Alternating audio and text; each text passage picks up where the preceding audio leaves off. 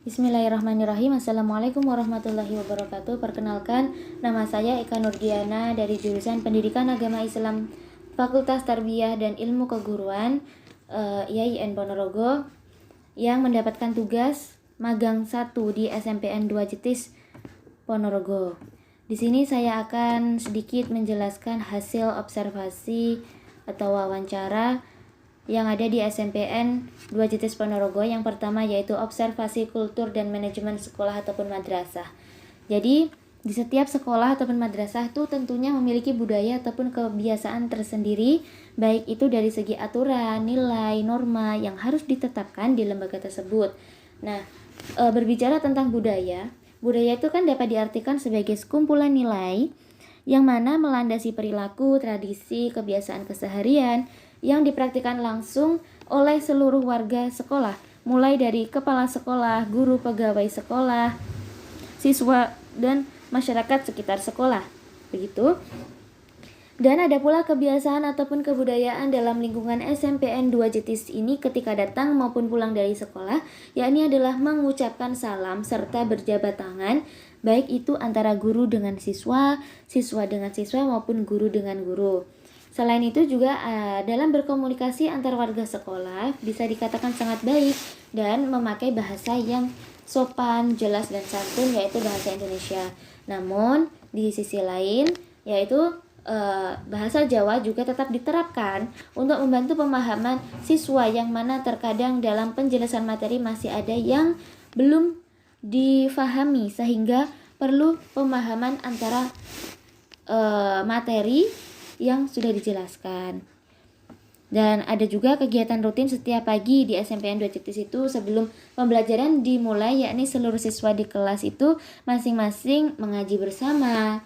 Terus juga kemudian melanjutkan hafalan surat-surat pendek seperti itu. Nah, tapi dengan adanya COVID-19 ini, maka kegiatan pagi hanya dilakukan dengan mengaji saja. Dan ada juga setiap masuk ke sekolah, terlihat semua warga sekolah dengan rapi, tertib memakai identitas resmi baik itu siswa, guru, maupun pegawai lainnya.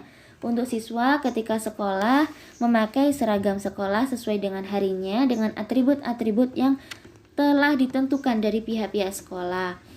Ada juga selanjutnya observasi ataupun wawancara perangkat pembelajaran RPP. Dari data yang sudah diperoleh ketika wawancara dengan Bapak Rohani, yaitu selaku guru mata pelajaran PAI di SMPN 2 Jetis, yaitu tentang materi Asmaul Husna, Al-Alim, Al-Kabir, As-Sami, dan Al-Baswir. Nah, itu sudah baik dan memenuhi kriteria RPP, yaitu mulai dari identitas, kompetensi inti, kompetensi dasar, indikator, tujuan pembelajaran, materi pembelajaran, metode pembelajaran, terus ada langkah-langkah pembelajaran, sumber pembelajaran, bahan pembelajaran, dan penilaian itu semuanya sudah sesuai. Dan juga ada SKKD ataupun indikator itu semuanya sudah menyesuaikan dengan tujuan pembelajaran. Jadi pada intinya SKKD, indikator, kompetensi inti, terus juga ada materi pembelajaran, metode pembelajaran, dan yang lainnya itu sudah sesuai dan sudah sangat bagus. Nah, tapi di sini ada kendala semenjak adanya COVID-19, yaitu seperti Bapak Rohani ini mengajar sesuai RPP, tetapi alokasi waktunya itu yang berbeda. Misalkan di RPP dibuat alokasi waktunya 1 jam, tetapi karena ada COVID ini harus diminimalisirkan lagi menjadi setengah jam. Itu contoh seperti itu. Dan dengan itu maka siswa sudah banyak yang ketinggalan materi. Nah, dengan ketinggalan materi tersebut Bapak Rohani memilih memilih strategi pembelajaran itu melalui media sosial, yaitu seperti grup WhatsApp, terus juga Google Drive seperti itu. Jadi tidak hanya bertatap muka saja di sekolah, tetapi juga ada yang dilakukan sebagai daring. Dan selanjutnya ada hasil observasi wawancara perangkat penilaian peserta didik. Nah, di sini ada dijelaskan 3. Nah, begitu. Yang pertama, penilaian aspek afektif. Nah, aspek afektif di sini kan ada dua, ya. Yang pertama spiritual dan sosial. Nah, yang kita ambil dari poin ini yaitu dari sikap dari penilaian spiritualnya itu bisa dilihat dari membaca Asmaul Husna seperti itu. Terus juga ada hafalan surat pendek kepada wali kelas. Nah, yang sedangkan penilaian sosialnya itu bisa dilihat dari ketepatan waktu peserta didik dalam mengisi absensi saat pembelajaran daring.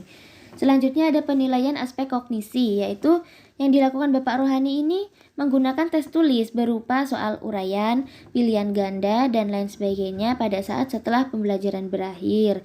Jadi, guru ini mampu mengetahui batasan sampai mana siswa tersebut itu bisa memahami materi yang sudah diajarkan selama ini. Begitu, dan selanjutnya ada penilaian aspek psikomotorik yang dilakukan oleh Bapak Rohani, yaitu seperti menggunakan praktik.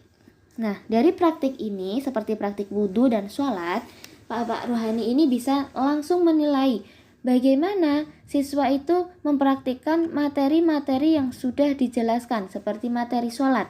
Sudah dijelaskan oleh Bapak Rohani dan waktunya untuk praktik. Nah, di sini Bapak Rohani bisa langsung melihat apakah materi yang sudah disampaikan itu sesuai ya dengan kriteria siswa, yaitu siswa itu dapat mempraktikkannya.